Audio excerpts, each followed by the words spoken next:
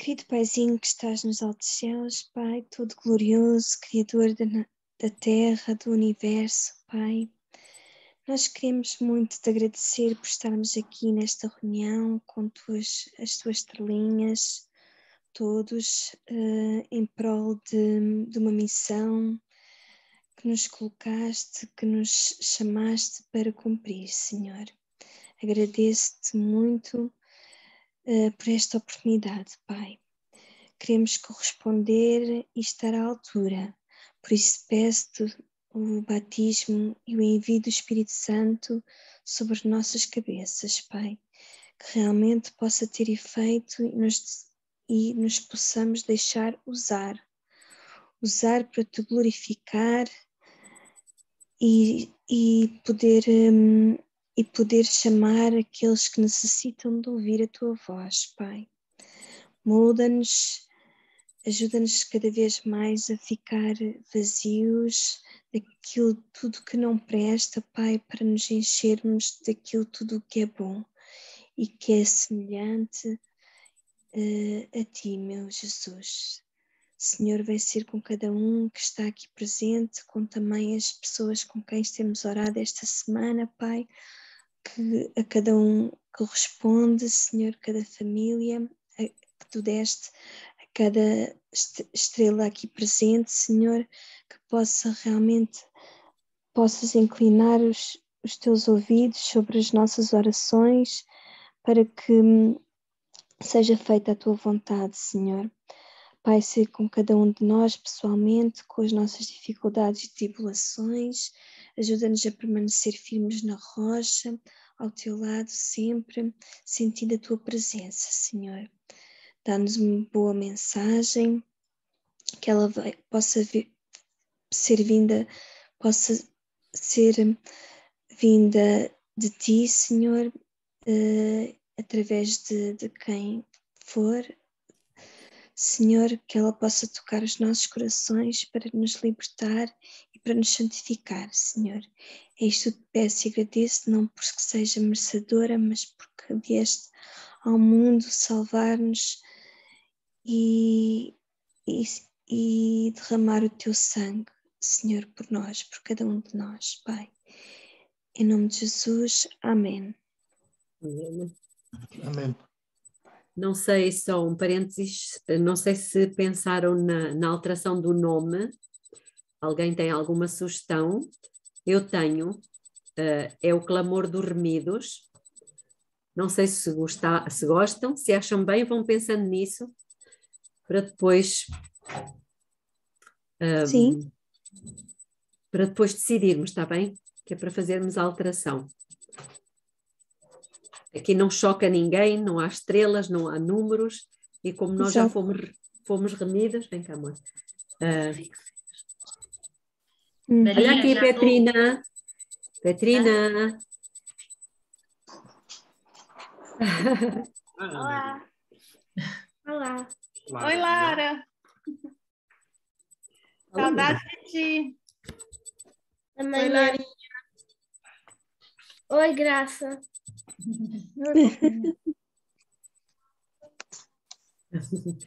Eu não vou pensar, amor, já te disse. É o som do Davi, ele fez para ti. Ah, tá bem, obrigada. Olha, Isaac quer ver a Lara, olha, agora pronto. Olha, Isaac, Lara, tens aqui mais outro. Olha, outro menino ali. Olá, Isaac. Olá. Olá. Olha, tá Olá. Olha. Olá, Davi. Olha o Davizinho ali. Olha, Ismael, o irmão. Estão a nascer. Estão a nascer. Está a brotar netos para todo lado. Olha aqui. Só falta a Diana. Diana, Vem cá. ainda viu o Isaac. Já foi. Fecha a porta, Davi. Lara, fecha a porta. Larinha, fechei, amor. Pronto. Peço desculpa aqui pela interrupção. Belinha, Oi. nesse cartazinho que eu botei aí, eu tirei o 7. Ficou assim, Clamor das percebi. Estrelas. Eu percebi. Tirei o 7. Sim, percebo. Mas se contar, só tem lá 6. Ah, é? Esse dia- Esse detalhe não... Eu já fui embora. Ainda, vocês ainda. Está com o David. Vocês não Pronto. podem. Ok, então vamos para o nosso seminário de santificação. E hoje vamos trabalhar o tema que é o seguinte, é a revelação de Deus.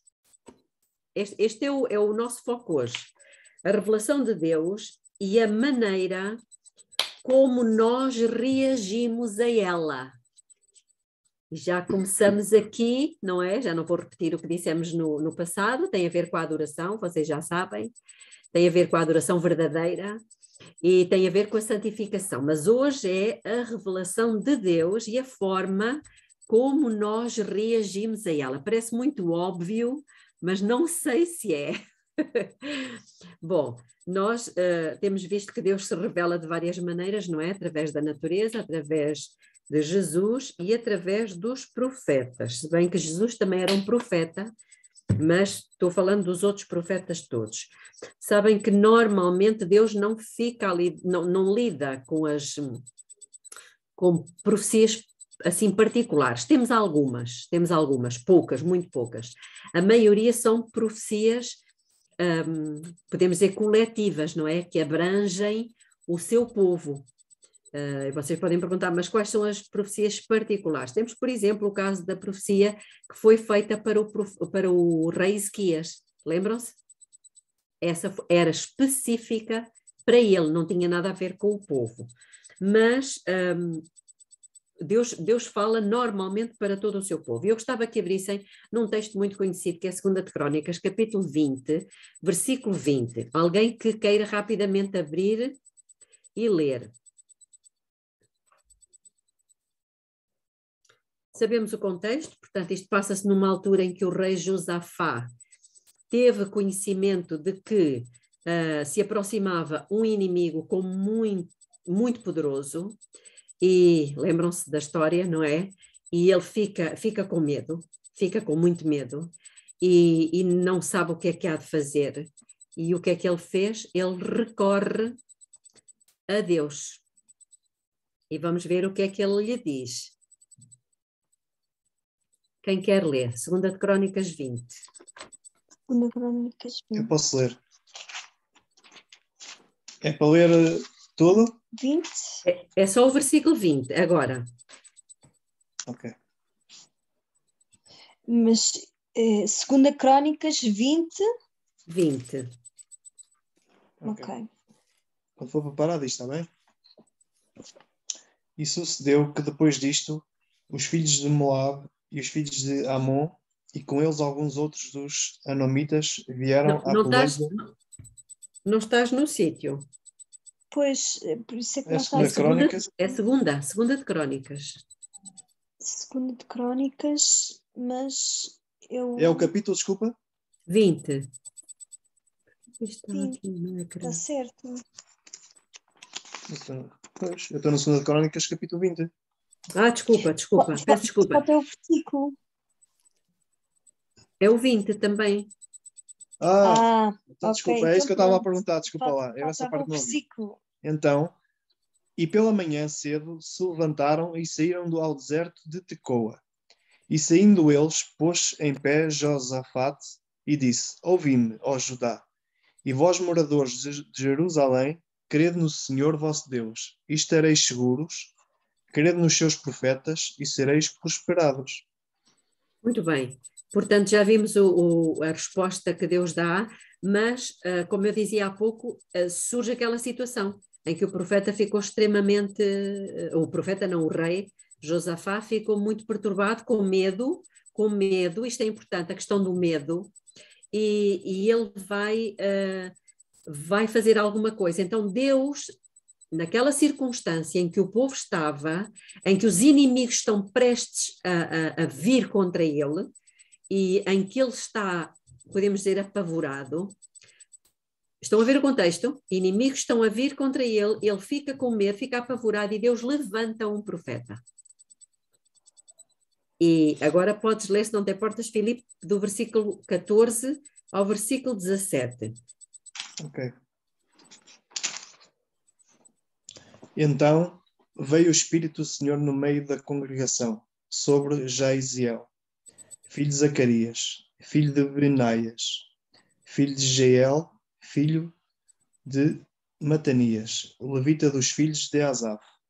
E disse: Dai ouvidos todos os Judá, e vós, moradores de Jerusalém, e tu, ó rei Josafate, assim o Senhor vos diz: Não temais nem vos assusteis por causa desta grande multidão, pois a peleja não é vossa, senão de Deus. Amanhã descereis contra eles. Eis que sobem pela ladeira de Ziz, e os achareis no fim do vale, diante do deserto de Jeruel. Nesta peleja não tereis que pelejar. Parai, e estai em pé, e vede a salvação do Senhor para convosco. Ó Judá e Jerusalém, não temais, nem vos assusteis. Amanhã saí-lhes ao encontro, porque o Senhor será convosco. Muito obrigada. Portanto, o que é que se passa aqui? Deus levanta um profeta para fazer o que ao povo?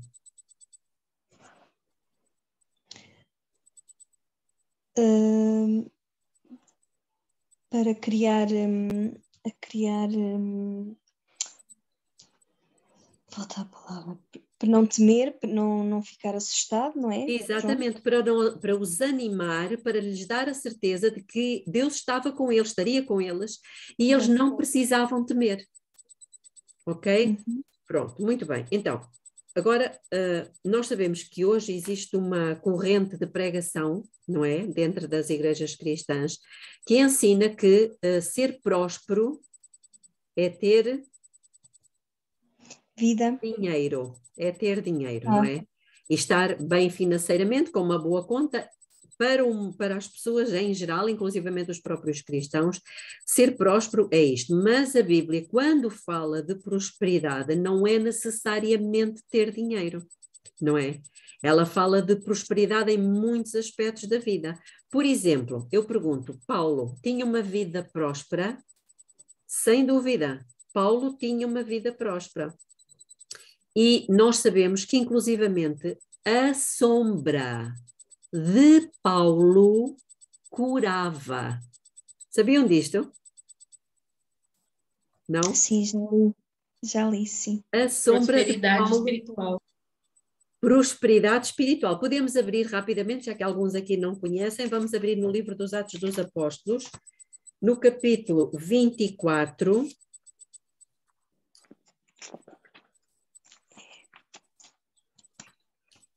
E eu peço a outra pessoa, pode ler, por exemplo, o versículo...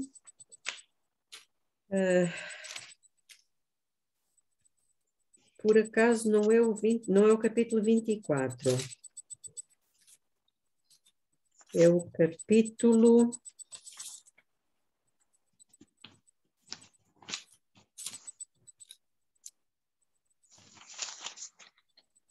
É o capítulo 19, peço desculpa.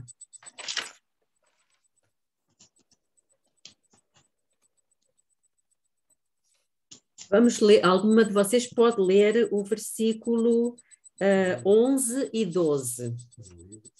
Atos. Posso ler? Sim, Graça, obrigada.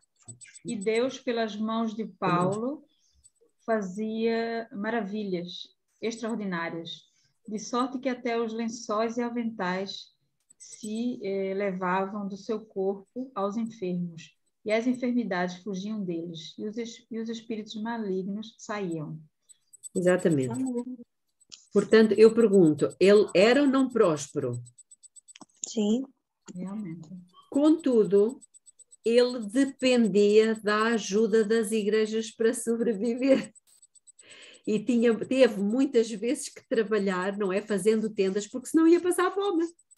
Então, estão a ver aqui a diferença de conceito entre o que é ser próspero para a maioria das pessoas, o que é ser próspero para Deus, é uma coisa completamente diferente.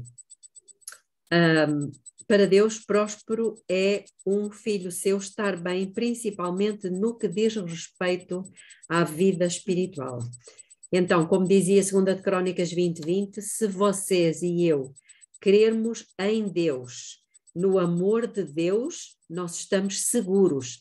Crer que Deus nos ama, que é uma coisa que Satanás se preocupa em fazer-nos duvidar.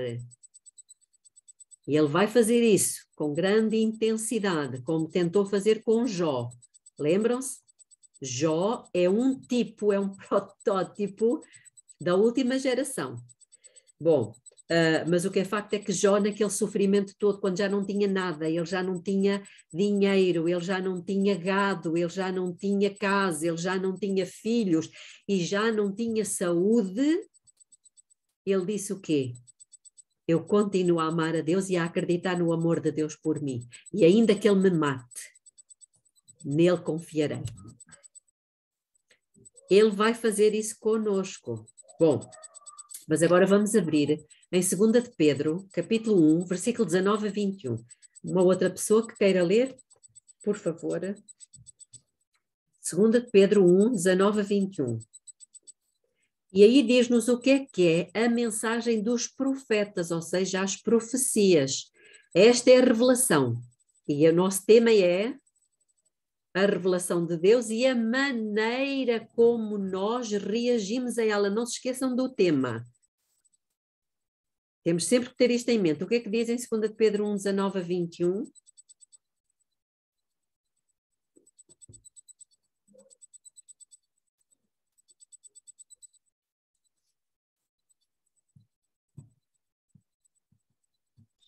Não, ninguém vai ler?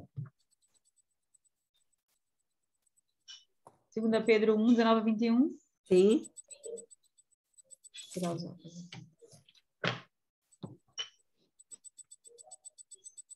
E temos muito firme a palavra dos profetas, a qual bem fazeis em estar atentos, como a uma luz que alumia um lugar escuro, até que o dia esclareça e a estrela da alva apareça nos vossos corações. Sabendo primeiramente isto, que nenhuma profecia da Escritura é de particular interpretação, porque a profecia nunca foi produzida por vontade de homem algum, mas os homens santos de Deus falaram inspirados pelo Espírito Santo. Muito bem, temos aí muita informação. Vamos devagarinho. O que é que Deus diz? É Deus que está a falar connosco e Ele está a dizer que nós, seu povo, temos muito firme a palavra dos profetas. E Deus diz, à qual bem fazeis em estar atentos. Por que é que nós fazemos bem em estar atentos? Porque o mundo está em trevas. E a palavra dos profetas é como uma luz que alumia em lugar escuro. Até quando? Eternamente? Até quando? Até que o dia esclareça, ou seja, se ilumine, fique claro, e a estrela da alva apareça em vossos corações. O que é a estrela da alva? Jesus Cristo. Então o que Deus nos está a dizer é vocês, eu fiz questão de vos dar a palavra dos profetas. Não a desprezem, não a desconsiderem. Fazem bem estar atentos a ela, porque ela é que vos vai levar, iluminados, sem serem enganados, sem caírem num buraco, até à vinda de Jesus. Até que Jesus surja nos vossos corações. E ele depois diz, porque a profecia nunca foi produzida por vontade de homem algum, mas os homens santos de Deus falaram inspirados pelo Espírito Santo. Então Deus está aqui a valorizar muito e a chamar a nossa atenção precisamente para a palavra dos profetas. Eu não sei quantitativamente falando, quanto é que cada um de vós dá valor, valoriza a palavra dos profetas. Porque muitos adventistas valorizam o trabalho, muitos adventistas valorizam o prazer, muitos adventistas valorizam, enfim, muitas outras coisas, e a palavra dos profetas tem assim um espacinho pequenino. Mas não é isso que Deus nos está a dizer. Portanto, um profeta, ele não falava de si mesmo, mas falava da parte de Deus. Profeta é aquele que fala da parte de Deus. Não quer dizer que ele faça profecias, quer dizer, não quer dizer que ele vá apenas falar do que vai acontecer no futuro. Não. Ele fala da parte de Deus. E quando Deus fala, qual deve ser a nossa postura? todo ouvidos. Todo ouvidos, Senhor. Eu quero entender, eu preciso saber o que é que o Senhor tem para me dizer. Não é isso? Muito bem. A pergunta agora já sabemos, isto é um bocado básico, mas pronto, como é que nós conhecemos um profeta verdadeiro? Como se conhece um profeta verdadeiro? Há várias coisas que nós precisamos de saber. A primeira, a Deuteronômio, pode ser, por exemplo, a Susana, Deuteronômio 18, 22. Depois pode ser a Iapo, Deuteronômio 13, 1 a 5. Depois pode ser o meu marido, Isaías 8, 20. E eu vou ler Mateus capítulo 7, que é para dividirmos isto. Temos connosco a Aline. Bem-vinda, Aline. Não te perguntar qual é que é. Deuteronômio. Qual foi o primeiro, Belinha? Deuteronômio 18, 22. Olá. Como? Não Boa ouvi noite, bem. Aline. A Aline é uma amiga nossa, Belinha, que pediu para participar dos estudos. Ok, bem-vinda. Obrigada, irmã. Muito obrigada. É um prazer estar conosco. Prazer é meu, pode ter certeza. Obrigada, muito obrigada. Então vamos lá, Susana. Deuteronômio 18, 22. O que é que diz? 18, 22. Só aqui mais uma coisa.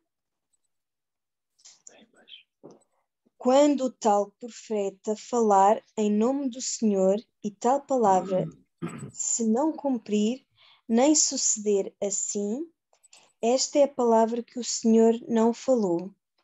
Com soberba a falou o tal profeta. Não tenhas temor dele. Muito bem, então o que é que o Senhor está a dizer aqui? O verdadeiro profeta tem que ter algumas características e uma delas é o quê? Não ser soberbo, não é? Não. E ir à palavra de não. Não. O verdadeiro profeta tem que se cumprir aquilo que ele profetizou. Não é o que diz aí no início? Falar em nome do Senhor. Podes ler outra vez no início, Susana, vais ver. Posso, como tal profeta, falar em nome do Senhor. Sim. E a tal palavra, se não cumprir. Se não cumprir, quer dizer que ele falou exatamente. soberba.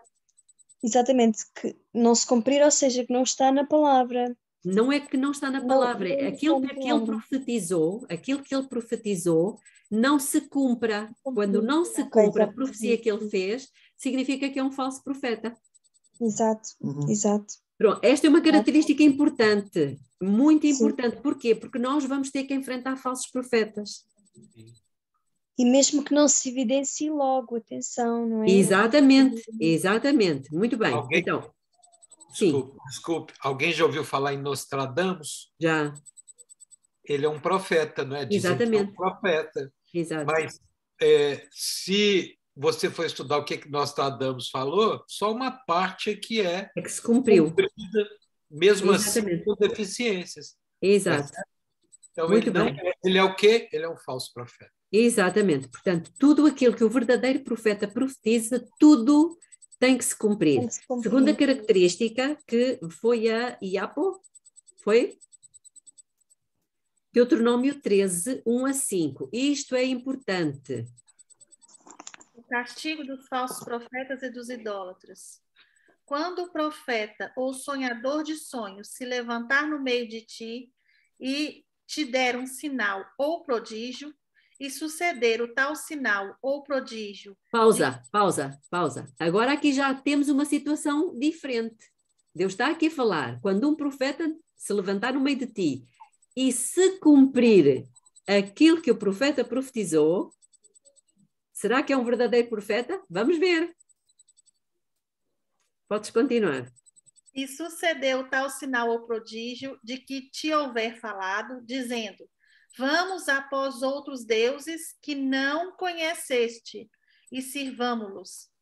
Não ouvirás as palavras daquele profeta ou sonhador de sonhos, porquanto o Senhor, vosso Deus, vos prova para saber se amais o Senhor, vosso Deus, com todo o vosso coração e com toda a vossa alma. Até o 5. Após o Senhor vosso Deus, andareis e a ele temereis, e os seus mandamentos guardareis, e a sua voz ouvireis, e a ele servireis, e a ele vos achegareis.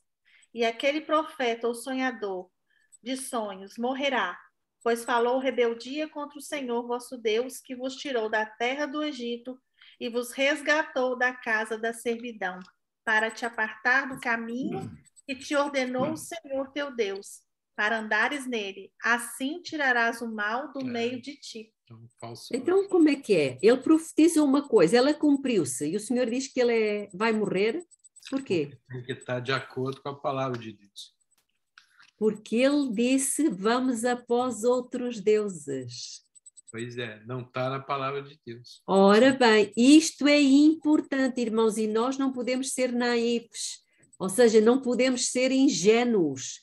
Nós já não estamos em idade, falando a nível de igreja, não é? De sermos inocentes. Portanto, nós temos que ter esta sabedoria, não? Este entendimento das coisas. Ok, terceira característica. O profeta de Deus, já vimos que ele tem que falar, a profecia dele tem que se cumprir, ele tem que andar dentro dos princípios da Bíblia e nunca ensinar nada que seja contrário àquilo que está escrito. Um outro aspecto, aliás, é o meu marido, Isaías 8:20. A lei e ao testemunho. Se eles não falarem segundo esta palavra, nunca lhes raiará a alva, nunca verão alva. Muito bem. Então, como é que nós sabemos se ele é um falso profeta? Ele não vai representar a Cristo, ele não vai sentir, ele não vai ter Cristo. O que é que diz aí? Está a falar de Cristo, aí no não versículo? Não vai falar segundo a lei nem o testemunho. E como é que eu sei se ele está a falar de acordo com a lei e com o testemunho? Como é que eu sei? Se souber a lei e o testemunho. Lógico. Estão a ver a necessidade de conhecermos a lei e o testemunho? Porque senão eu não sei medir. Isto é muito importante, Graça, foi no centro.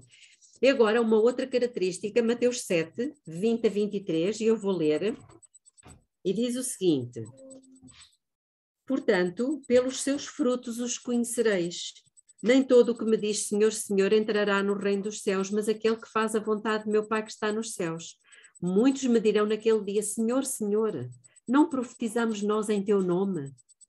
Então é porque há profetas que vão profetizar em nome do Senhor e cuja profecia se vai cumprir. Mas não profetizamos nós em teu nome, certo? E em teu nome não expulsamos demónios? Também vai haver profetas que vão expulsar demónios. E em teu nome não fizemos muitos milagres? Sim, vai haver profetas que vão fazer muitos milagres. Então lhes direi claramente, nunca vos conheci. Apartai-vos de mim, vós que praticais a iniquidade. Estão a perceber? Então, isto é extremamente importante. O profeta verdadeiro, ele tem que cumprir-se a sua profecia, falar de acordo com o que está escrito e mais. Pode até nem fazer milagres, ou pode fazer, mas ele tem que falar de acordo com aquilo, com a lei e os profetas. E mais, conhecer a Deus. E ao conhecer a Deus, ele vai demonstrar os frutos. Os frutos.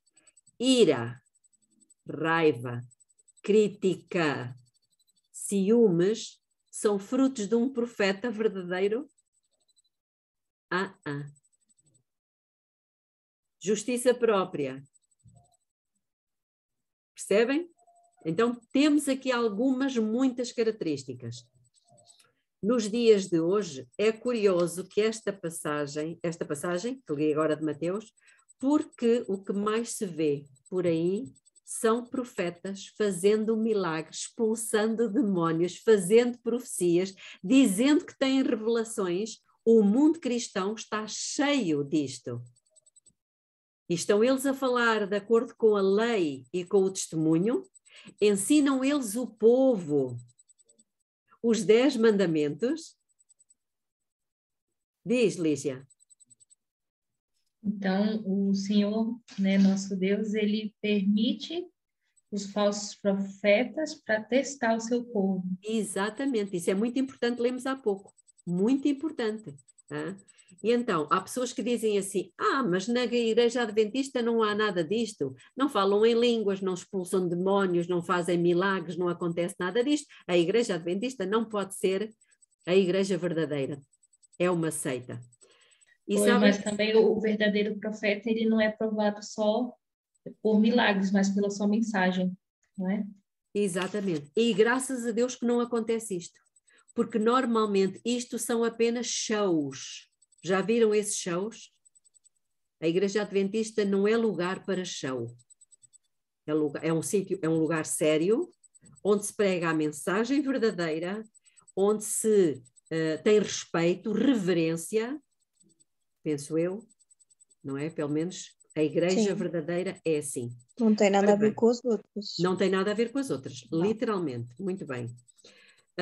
E tenho a certeza que no dia em que aparecesse alguém endemoninhado, isso não iria ser motivo ou argumento para fazer ali um show-off, não é? Mas certamente que o pastor iria levar essa pessoa lá para dentro e iria orar sobre ela, não é? Não é com esses espetáculos que nós vemos nas outras igrejas. Mas nós utilizamos a oração por intercessão e para interceder, e o Espírito Santo é que vai interceder, não é? Exatamente, exatamente. Então, nós vimos ali na passagem de Mateus, não é? Que Jesus está a dar-nos um recado. Ele está a dizer que conheceremos o profeta verdadeiro pelos seus frutos. E ele diz qual é os seus frutos. O que é que lemos há pouco?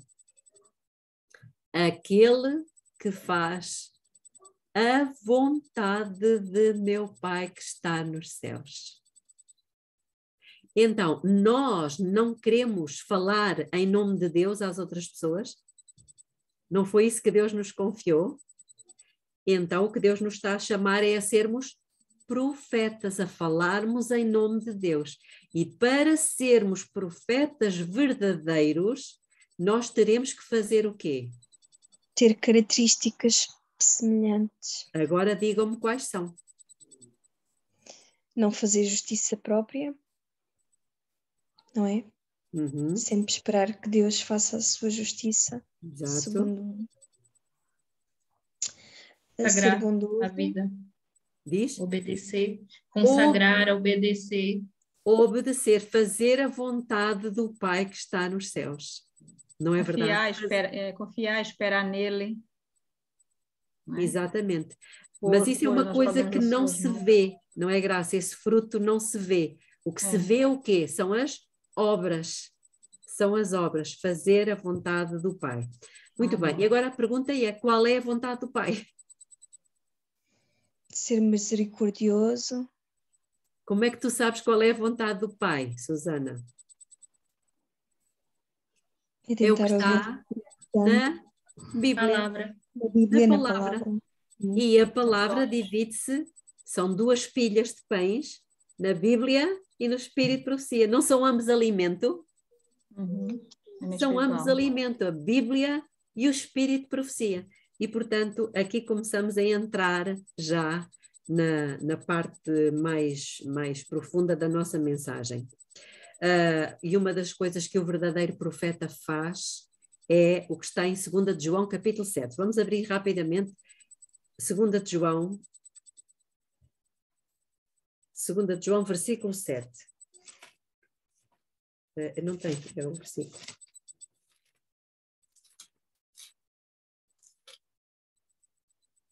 É só um capítulo, portanto é o versículo 7. O que é que diz o versículo 7?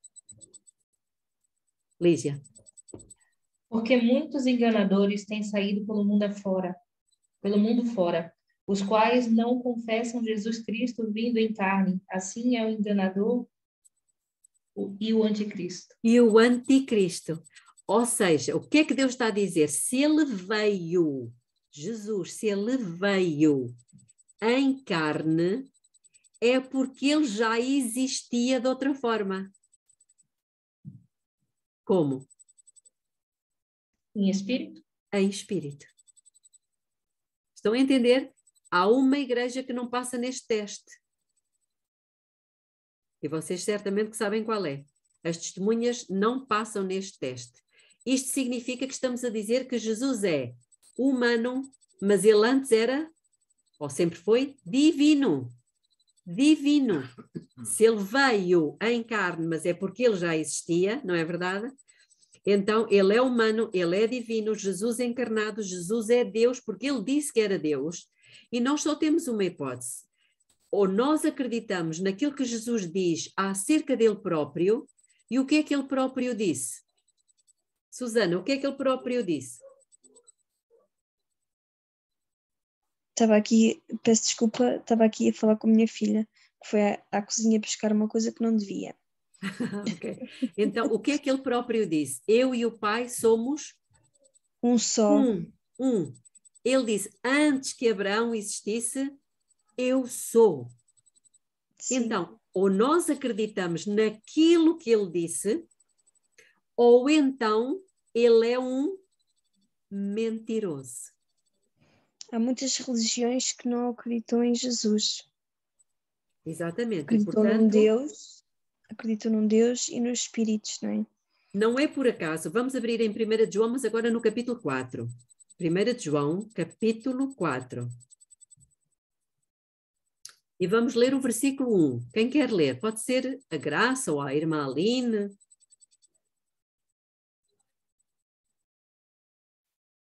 Lê. Também posso ver se quiser. Sim, então força. Amados, não criais a todo o espírito, mas provai se os espíritos são de Deus. Muito porque bem. já muitos falsos profetas se têm levantado no mundo. Ora, se Deus está a dizer que nós temos que provar os espíritos, fazer prova dos espíritos, é porque nem todos são verdadeiros. E nós vamos ser confrontados com isto. Muito bem. Eu tenho uma experiência de uma é amiga, eu considero amiga, porque ela tem sido minha amiga, em que ela frequenta a religião espírita. E eu já disse várias vezes ao Sónia, é assim, está mais que provado que Jesus veio à Terra, porque é que vocês não acreditam em Jesus? Vocês acreditam em Deus e nos espíritos, senão não é verdadeiro. Pronto, lá está. Muito bem, então, como é que... Agora vamos passar para a outra parte, não é? Já vimos a revelação, já vimos como é que Deus se revela, não é? Já vimos que é através do profeta e que o profeta tem que ter estas características. Agora, a segunda parte é como é que nós reagimos ao profeta, à revelação de Deus. Aqui é que está. Temos 3 formas de reagir. Primeira, aceitar e obedecer.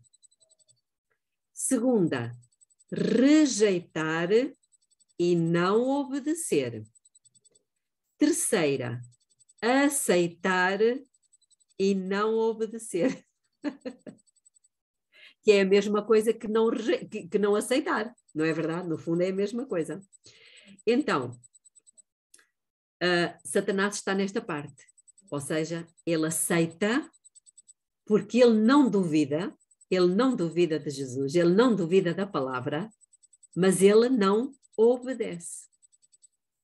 Ele não obedece, ele sabe que é a palavra, ele acredita a 100% naquilo que Deus diz, ele acredita a 100%, só que ele não obedece.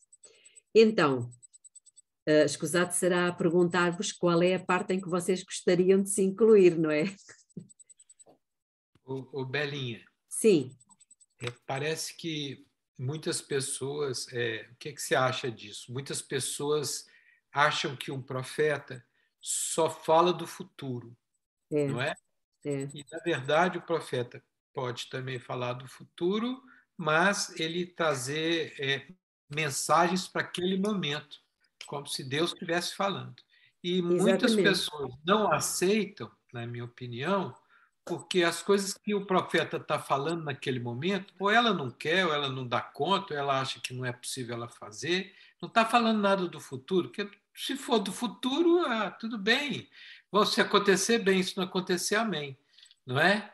Então, o que você acha disso? Você acha que isso é uma dificuldade, as pessoas não entenderem que um profeta, ele exorta na vida da gente, ele chama atenção, não é? Tipo Jonas lá em Nínive, não é? Ele não foi lá para falar do futuro, ele foi para chamar atenção. Exatamente. É um problema. Você acha que isso é importante? Isso nos leva ao engano? E quando nos leva ao engano, não possibilita que a gente vá para a santificação? Exatamente, portanto, conhecermos estas coisas, por isso é que nós começamos por falar nas características do verdadeiro profeta. Nós, como igreja, temos que saber disto, até porque se nós viemos até aqui, e agora isto é importante, isto agora é para nós, não é? Se nós viemos até aqui só para aprender e concordamos com tudo o que é dito aqui, mas depois, quando saímos daqui, não estamos dispostos na nossa vida prática de viver com aquilo em que nós dissemos acreditar, que Deus falou através do profeta, nós estamos aqui com um grave problema. Sim, isso me parece uma desonestidade intelectual no mínimo. E, no mínimo. Somos desonestos quando a gente faz o que você está dizendo, ou não faz. Não é? Ou não faz. E eu vou mais longe. Se vocês vieram aqui apenas para conhecer e não estão no coração dispostos a obedecer, pois. Vocês estão aqui a perder tempo. Pois. Ficou claro isto? Estamos aqui literalmente a perder tempo.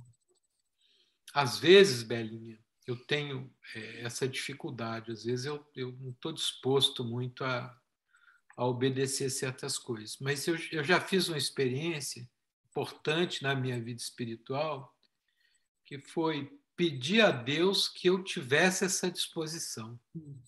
Muito bem. E acontece de umas coisas assim, até quase milagrosa, de que um pensamento que era para eu não ter, de repente eu falo, não quero ter mais, não, eu não penso mais, ou não ajo como da forma, e sem meu mérito. Isso é verdade, não é porque eu queria, ou não queria, porque eu queria, ou eu não queria. Pois, mas fizeste alguma coisa, pediste a Deus, não é?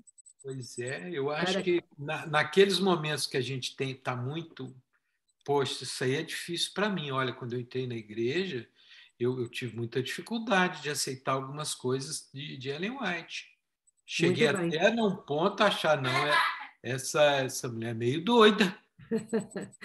Pois não é isso, não. Ainda bem que puseste o verbo no passado. Eu cheguei a achar. Pois é, depois eu vi como é que a coisa é impressionante. Não é nada disso, sou eu mesmo que sou. Exatamente. Então, aqui, esta é a parte importante, e daqui para a frente, como eu já tenho dito, isto vai ser um divisor de águas. Não é? Porque vamos ser confrontados muitas e muitas vezes com a revelação e Deus, como dizia a Lígia, que nós lemos na Bíblia, e muito bem, é para Deus provar se nós verdadeiramente queremos fazer a vontade do nosso Pai que está nos céus. Oi, irmã Belinha. Sim. É a Aline que está falando. Sim, diga, irmã. E esse é um requisito para receber mais luz, né? Ah, exatamente, porque Deus não deita pérolas a porcos, não é? Não vai dar mais luz se nós não valorizamos a que já temos, ou seja, se não estamos a obedecer àquela que já temos. E aí é muito perigoso, né? Diante dos enganos que estão surgindo. Exatamente. Vamos então avançar para alguns exemplos. Noé, por exemplo, Noé já estava salvo ou não? É claro que estava. Porquê? Porque a Bíblia diz-nos que Noé era justo. Noé era justo. Então, se ele era justo, por que construir uma arca?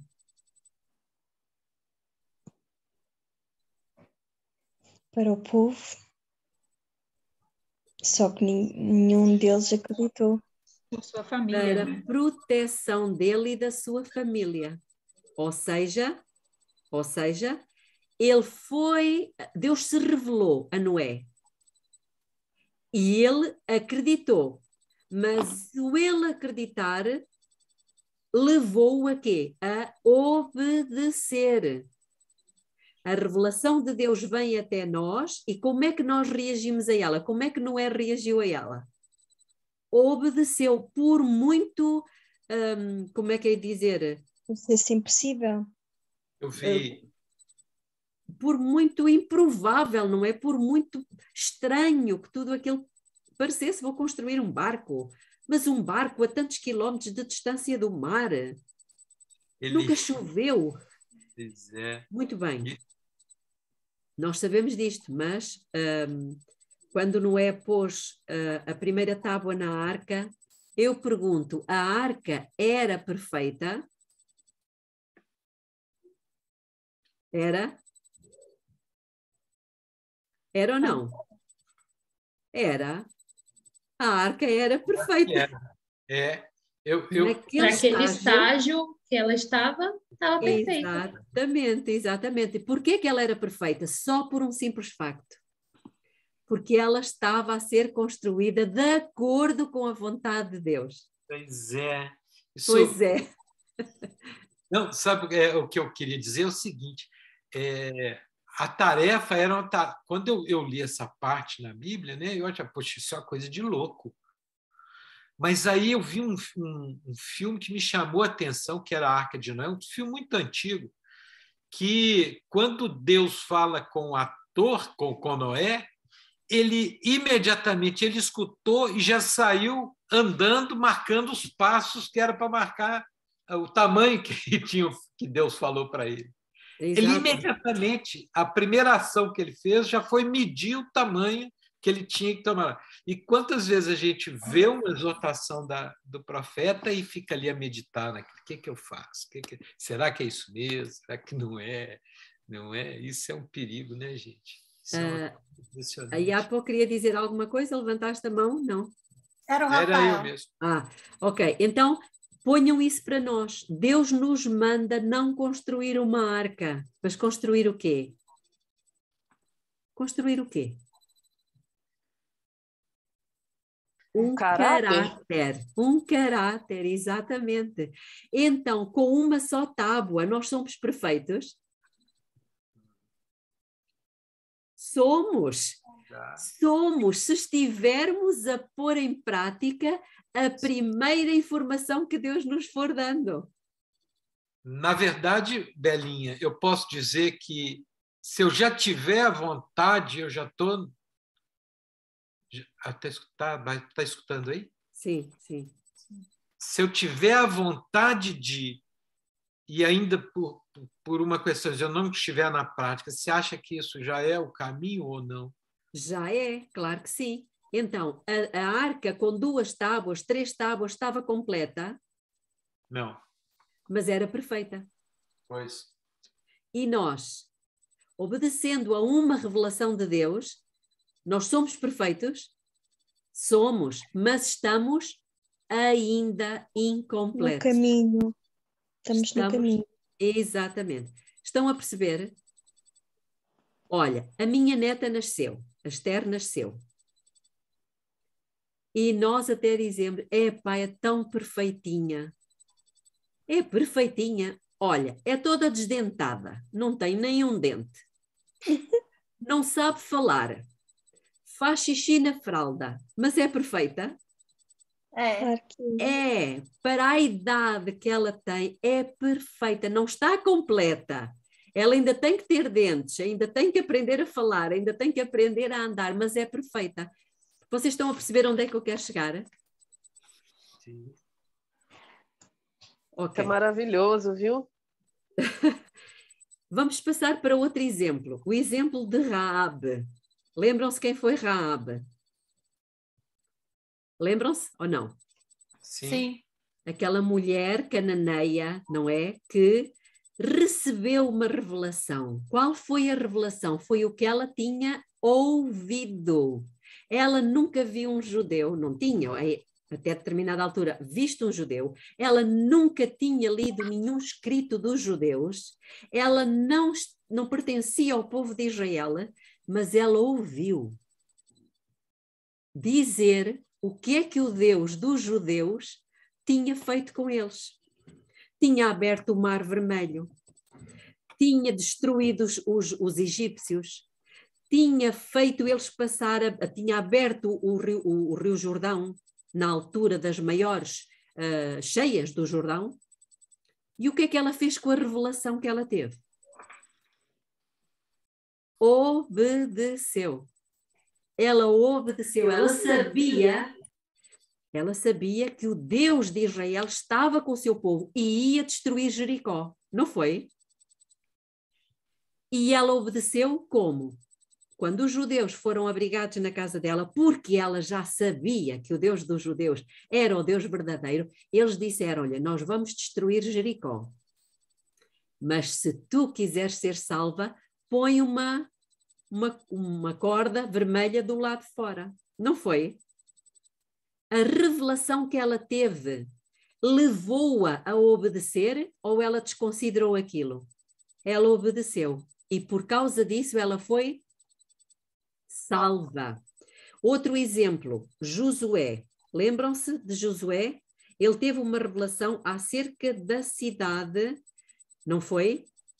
E a mesma cidade, que era Jericó, que ela deveria ser cercada, lembram-se? Eles deviam fazer um cerco à cidade uma vez por dia.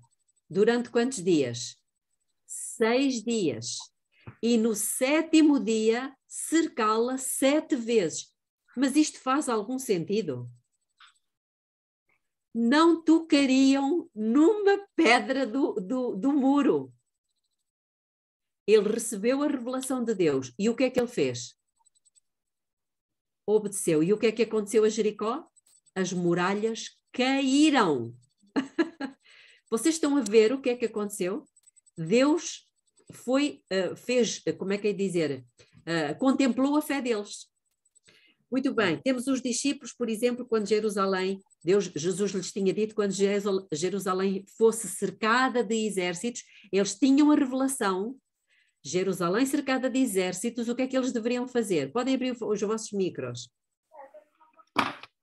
Sair da cidade. Sair da cidade, mas como é que eles iam sair da cidade se a cidade estava cercada?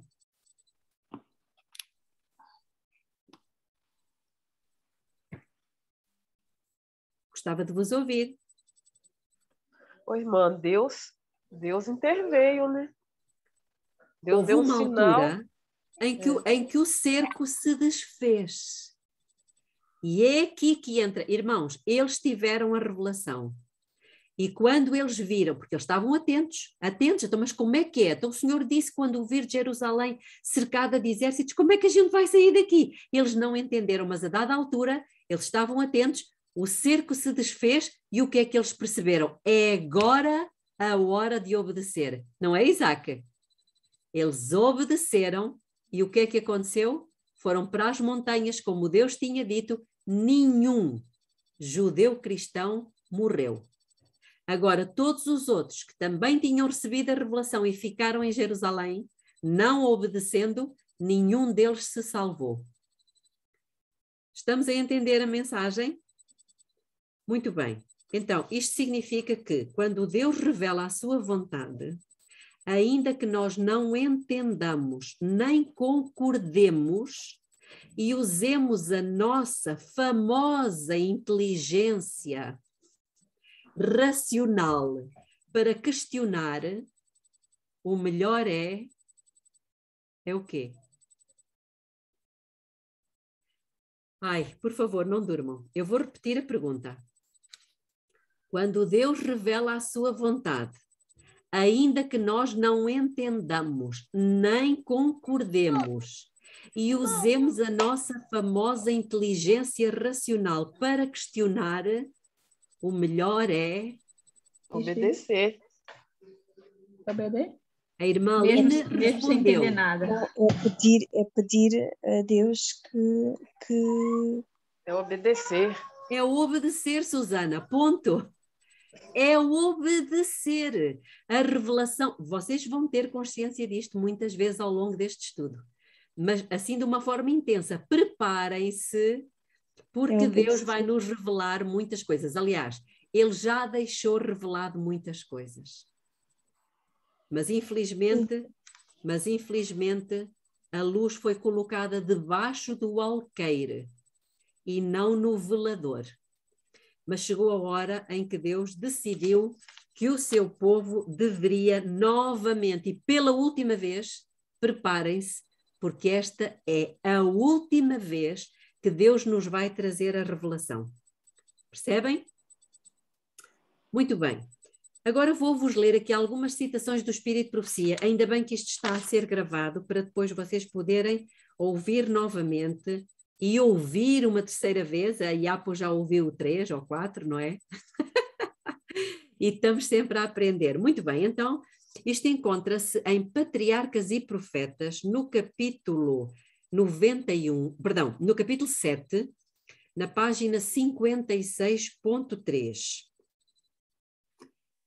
E diz o seguinte: ao começar a construir aquele imenso barco em terra seca, vinham de todos os lados multidões para ver. O que é que isto interessa? Preparem-se, irmãos, porque nós falamos que hoje não estamos a construir uma arca, estamos a construir o quê?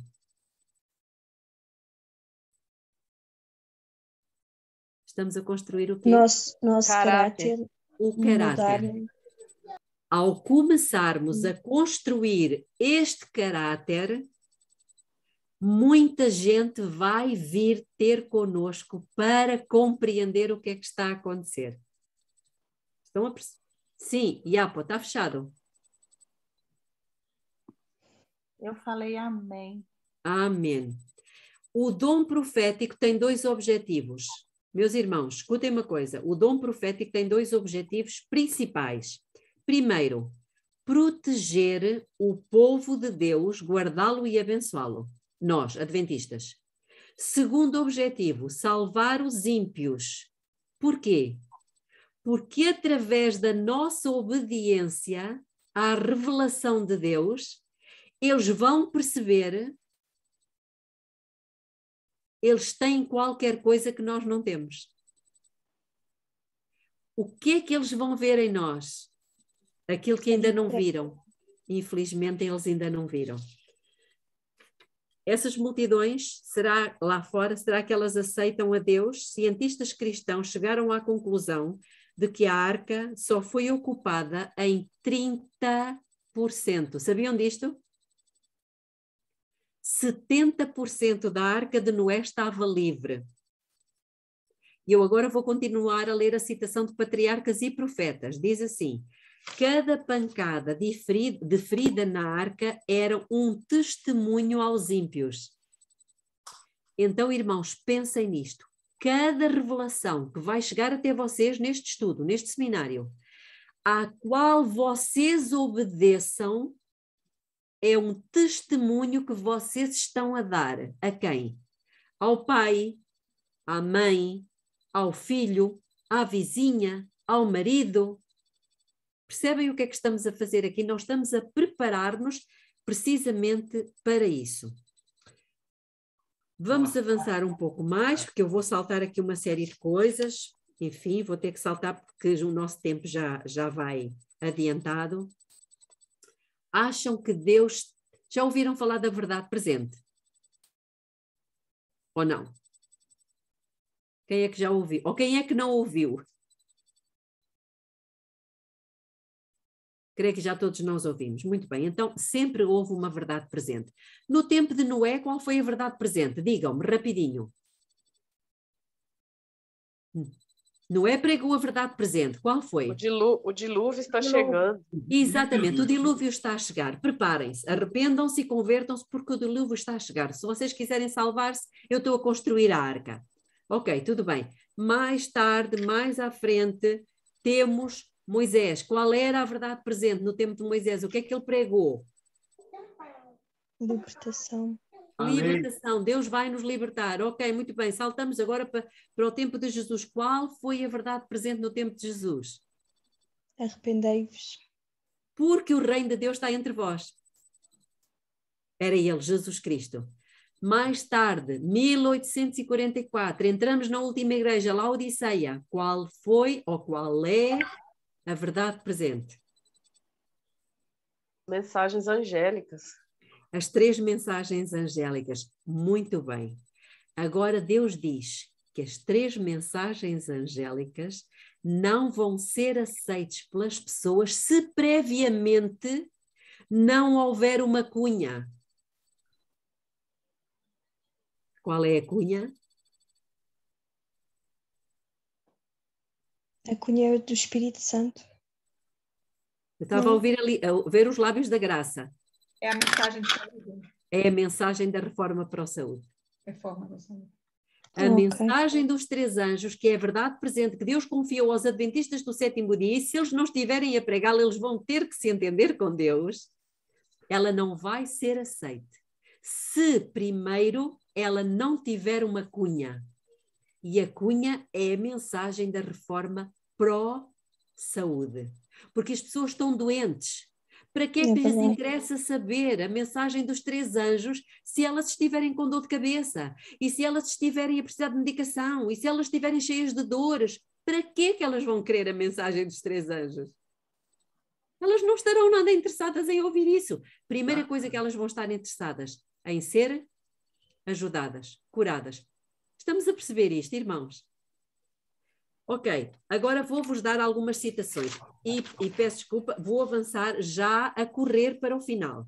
Primeira mensagem encontra-se nas meditações matinais Filhos e Filhas de Deus e encontra-se na página 118, no dia 21 de abril. E diz o seguinte: vivemos num período da história do mundo, na verdade, demasiado solene, para que sejamos negligentes ou descuidosos. Precisamos orar, crer e... Adivinha o que vem a seguir? Orar, crer e... Quem é que acerta? Obedecer, pôr em prática. Obedecer. Nós temos estado a orar ou não? Sim. Estamos a crer? Sim. Como é que eu sei que vocês estão a crer? Estando física e espiritualmente. Se obedecermos, nós só demonstraremos ao universo que acreditamos, porque a fé sem obras, sem obediência, ela é morta. Meus queridos, a obediência vai ter aqui um papel importantíssimo. Segunda mensagem que nós temos vem também de uma meditação matinal, Maravilhosa Graça, do dia 11 de março, e diz o seguinte: podeis professar crer todo o ponto da verdade. Ou seja, vocês podem falar que acreditam em todo o ponto da verdade presente, mas a menos que pratiqueis essa verdade, isso de nada aproveitará. É sério ou não? É. Outra citação, Medicina e Salvação. Capítulo 8, página 159.4. Irmãos, eu estou a dar-vos as referências, não é para vocês agora ouvirem só. E amanhã já não se passa nada. É para vocês irem atrás dos textos. Quem tem interesse vai atrás. Vai ler o antes, vai ler o depois. Percebem? Diz o seguinte: a verdade presente para este tempo deve ser crida e seguida em ligação com os princípios da reforma da saúde. Uau! Deus está nos avisando ou não? Está-nos a avisar. Outra citação também de Conselhos sobre Saúde, mas agora do capítulo 35, página 86.1, e diz o seguinte: é grave, cuidado, o que eu vou ler agora é bastante grave. todo o verdadeiro cristão regerá o apetite e as paixões. O que é o apetite e as paixões? Natureza carnal. Irmãos, vamos esclarecer aqui. Chavões, nós temos chavões, na nossa igreja temos muitos. Chuva serôdia, natureza carnal, juízo investigativo, são chavões. Percebem? São frases que nós ouvimos, mas que a maior parte das vezes não sabemos o que é que querem dizer. Eu vou repetir. Todo o verdadeiro cristão regerá o apetite e as paixões, que é a natureza carnal, a menos que esteja livre da servidão do apetite, não pode ser regido e obediente servo de Cristo. Eu enganei-me aqui numa palavra. A menos que esteja livre da servidão do apetite, não pode ser genuíno e obediente servo de Cristo. Isto é grave ou não? Isto não é para nós olharmos para o outro e dizermos, olha, aquele não é genuíno nem obediente servo de Cristo. Não é para isto. É para nós nos olharmos ao espelho e percebermos se nós estamos a reger os apetites e as paixões. Muito bem. Outra citação. No mesmo livro, Conselhos sobre Saúde, capítulo 35, página 86.1, e diz o seguinte: é a condescendência com o apetite e as paixões, sob a natureza carnal, que torna a verdade sem efeito para o coração. Olha aí agora. Impossível é ao Espírito e ao poder da verdade santificarem o homem, a alma, o corpo e o espírito, quando ele é dominado pelo apetite e a paixão. Então, pode haver santificação? Belinha? Sim. Deixa eu só te fazer uma pergunta, porque você repetiu a referência anterior. Conselho sobre Saúde, capítulo 35, página 86.1. É. Todo verdadeiro cristão regerá o apetite e as paixões, a menos que esteja livre da servidão do apetite. Não pode ser. Agora, o próximo. Isso. Não pode ser genuíno e obediente servo de Cristo. Agora, a próxima, você repetiu de novo. Conselho sobre Saúde, capítulo 35, página 86.1. É Sim. O mesmo lugar? É na sequência. Só que continua, é isso? Continua, sim. Ah, ok, tá bem. Eu estou anotando, porque depois eu vou ler. Exatamente. Obrigada. Muito bem. Outra citação. Conselhos sobre o regime alimentar, capítulo 6, página 119.1. É impossível ao homem apresentar o seu corpo em sacrifício vivo, santo e agradável a Deus, enquanto persistir na condescendência com hábitos que o privam do vigor físico, mental e moral. Isto é muito sério. Mas que hábitos são esses? É uma pergunta que temos que fazer, não é? Enquanto condescendemos com hábitos que nos privam do vigor físico, mental e moral, temos que saber que hábitos são estes. E agora, ao longo destes estudos, nós vamos trabalhar muito esta questão dos hábitos. E vocês vão ver quais são esses hábitos. Uma outra citação do Conselho sobre Saúde, também, capítulo 10, página 36.1, diz o seguinte: é impossível ao intemperante ser um cristão. O que é o intemperante?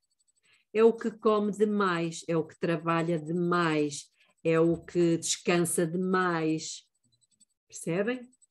Muito bem, vamos avançar. É impossível ao intemperante ser um cristão porque as suas faculdades mais altas, ou seja, as faculdades superiores da mente, que nós temos falado aqui, quais são as faculdades superiores da mente? São 3. Alguém sabe? É a consciência, a razão e o juízo. As faculdades superiores da mente são consciência, razão e juízo. Então diz aqui que é impossível ao intemperante ser um cristão porque as suas faculdades mais altas são trazidas em cativeiro pelas paixões, ou seja, pelas faculdades inferiores da mente. Então, o que é que ela está a dizer aqui em palavras que a gente conhece melhor? O que é que está no controle? É a natureza carnal. É a natureza carnal. O intemperante, ele ainda predomina nele a natureza carnal. Mas como é que nós começamos os nossos estudos? Qual é o verdadeiro adorador? É aquele que adora a Deus em carne? Então, se é o que adora a Deus em espírito e nós ainda estamos na natureza carnal dominando, tem que haver aqui qualquer coisa, é ou não? Estão a perceber a ligação? Porque o Pai, irmãos queridos, o Pai procura verdadeiros adoradores. Não é adoradores que adoram a Deus em vão. São aqueles que adoram a Deus em espírito, ou seja, aqueles cujas as faculdades superiores da mente estão dominando as inferiores. Estamos a perceber todos? Gostava de ter o feedback da vossa parte. Estamos todos a captar a ideia? Sim, com certeza. Não deixar as paixões carnais, não é? E nem os desejos, não é, da carne, que são os inferiores, não é? Dominar. Além da razão, da consciência, da razão e do juízo. Muito bem. E Susana, vocês vão perceber daqui para a frente, ainda temos alguns estudos pela frente, vocês vão perceber que Deus nos deu ferramentas para nos ajudar nesse processo. Exato. Se nós não atrapalharmos. Sim, irmã. Esses desejos da carne seria também a inveja, o orgulho, não só fumar, beber, egoísmo, também? É, também, exatamente, exatamente. Parece que está ligado aí? Tá.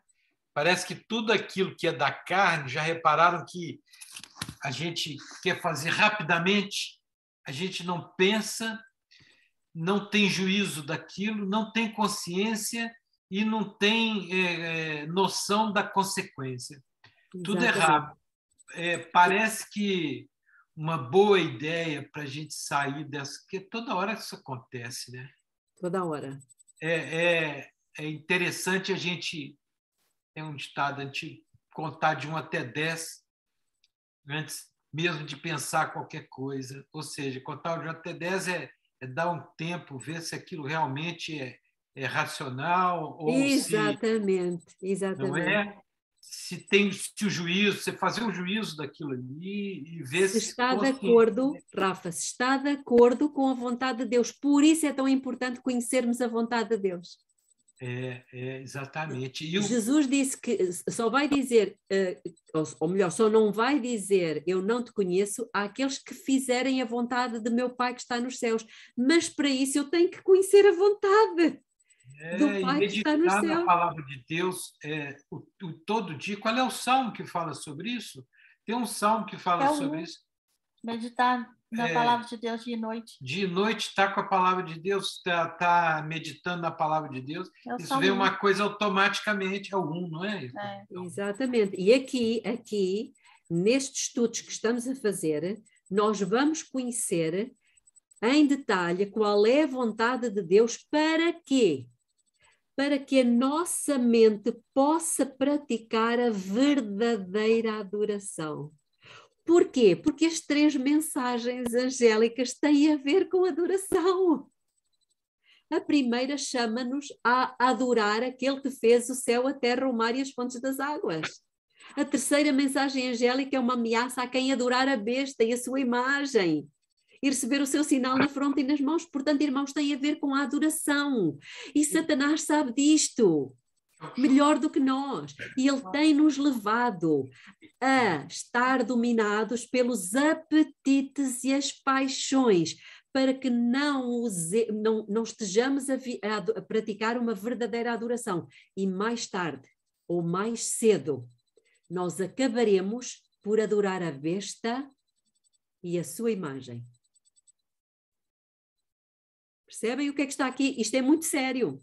Muito bem, continuando na citação anterior, diz: enquanto se recusam a crer e obedecer a alguma ordem do Senhor, perseveram em apresentar a Deus a sua formal adoração. Vocês estão a ver o que é que está aqui? Não há nenhuma simpatia da parte de Deus, ou melhor, do Espírito de Deus, a semelhante culto. Patriarcas e Profetas, capítulo 61, tomem nota disto, página 468.1. Não há da parte de Deus nenhuma simpatia a tal tipo de culto. Qual é o tal tipo de culto? Eu vou repetir: enquanto se recusam a crer e obedecer a alguma ordem do Senhor. Então, meus irmãos, vocês estão na disposição de passar por uma metamorfose, deixarmos de ser larvas e passarmos a ser livres borboletas lindas?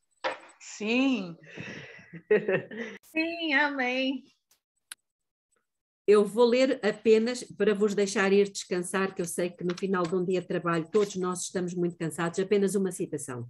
Conselhos sobre regime alimentar, capítulo 13, página 236.2. É impossível. Escutem. É impossível para os que dão rédea solta ao apetite alcançar a perfeição cristã.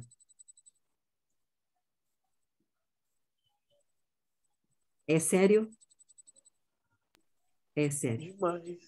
Vamos fazer uma oração. Querido Deus, eterno Pai que está nos céus, mais uma vez, Senhor, não temos palavras para lhe agradecer a sua paciência em nos ter mantido vivos e nos ter trazido à existência até esta altura da história. O mundo está cheio de maldade, cheio de intemperança, cheio de atitudes irracionais, cheio de violência. E tudo isto, Pai, porque infelizmente nós não temos estado a construir uma arca. Mas nós queremos pedir perdão, Pai, do fundo do nosso coração, e suplicar-lhe que na sua infinita misericórdia o Senhor nos conceda ainda a oportunidade de pôr em prática, de ouvir estas coisas e pôr em prática rapidamente. Obrigada, Senhor, por todos os que estão aqui, e obrigada também porque o Senhor nos tem trazido para estes estudos para que nós lhe possamos prestar a verdadeira adoração. Derrame sobre nós o seu bom Espírito, Pai, e dê-nos uma noite de paz, em nome de Jesus. Amém. Amém. Gostava Amém. só de abrir para 2 ou 3 considerações. Pode ser? Alguém quer dizer alguma coisa?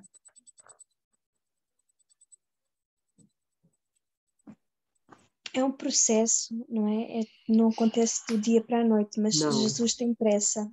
Sim. Jesus tem pressa e nós temos de ter essa consciência que não temos o tempo todo do mundo, não é? Portanto, Jesus tem pressa e tem que se dar a tal obediência e esforçarmos para que tal aconteça. Exatamente. Eu ia te Mais perguntar, alguém? irmã. Eu ia te perguntar, mas você já falou. Logo em sequência, eu ia perguntar assim, se você ia especificar todos os hábitos Sim, senhora, pela graça de Deus, vamos, irmã, vamos especificar. Preparem-se. Eu sei que isto não é uma hora muito boa, porque é mesmo a hora em que nos dá uma pancada de sono, nós estamos cansados. Mas o que é que nós havemos de fazer? Só se fosse no outro dia, numa outra hora. Eu tenho pena que não esteja o grupo todo aqui. Mas como fica gravado, temos essa, não é? Temos essa bênção ainda. Vamos, irmã, porque daqui para a frente Deus vai abanar-nos, vai sacudir-nos. Falando de intemperança, falando de intemperança, né, no livro do Grande Conflito, fala que a intemperança destrona a razão. Eu, quando li essa frase, ela está registada na minha mente, eu fiquei a mastigá-la, eu disse, impressionante. Sabem porquê? Porque é que destrona a razão? E a razão faz parte das faculdades superiores da mente. A intemperança tem a ver com os apetites. Normalmente, quando falamos de apetites, falamos de comida e bebida. Quando falamos de paixões, porque são os apetites e as paixões têm a ver não só, mas também e sobretudo com coisas do fórum sexual. Percebem? E eu digo-vos uma coisa. Eu, infelizmente, tenho conhecimento de muita coisa que se tem praticado dentro do quarto do casal, na intimidade do casal. Atos que são absolutamente abomináveis aos olhos de Deus. Por vezes pensamos que dentro do casal é tudo lícito. Não é, não. E isto tem muitas implicações.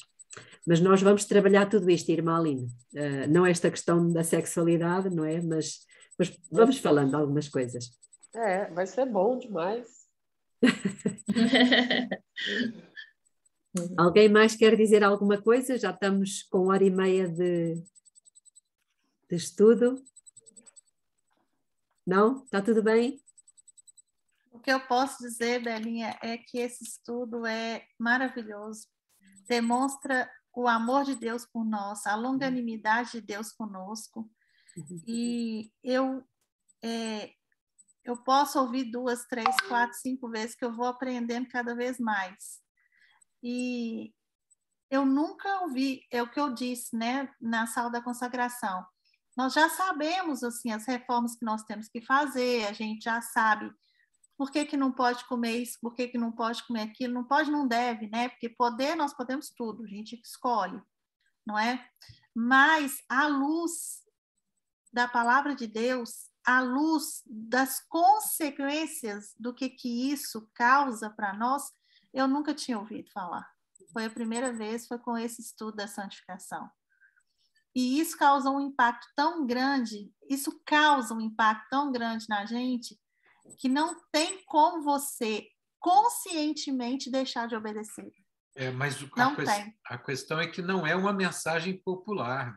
Né? Ela não é uma mensagem popular. Ela é um divisor de águas.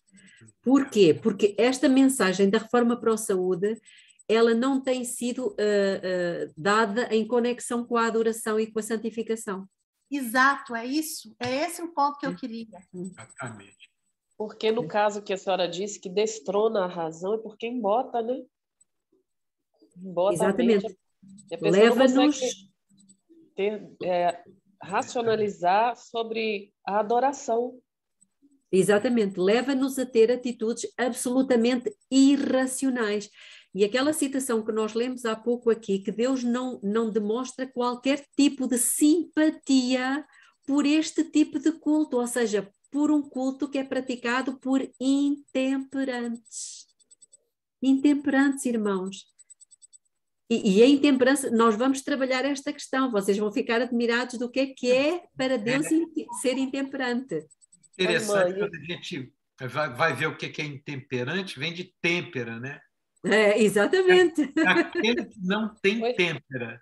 Ele não consegue dar o travão. Ele não consegue nem, ele não sabe onde é que ele vai, para ali, se é para mais, para menos, ele não consegue fazer a tempo. É o ferreiro que não tem experiência, que vai lá esquentar o ferro para fazer um machado, sei lá, um martelo, e ele não tem a menor ideia se ele vai deixar mais ou menos no fogo. Ele não consegue dar têmpera no trabalho então, dele. Exatamente. Não é? É muito, muito interessante. Pronto, meus queridos, vou deixar-vos, desejo-vos a todos uma boa noite. Boa noite. E que Deus vos abençoe. Boa noite. Boa noite, Obrigada. muito obrigada, Melanie. Obrigada. Até sábado, né? Até sábado, se Deus quiser. Amém. Já falta Amém. Tchau. Até fiquem com Deus. Amém. Boa noite para todas. Lígia, Tchau, boa noite. Ali. Beijinho. Boa noite, Aline. Tchau. Tchau. Tchau, Suzana. Tchau. Tchau. Tchau, Tchau, Rafael. Tchauzinho. Tchau.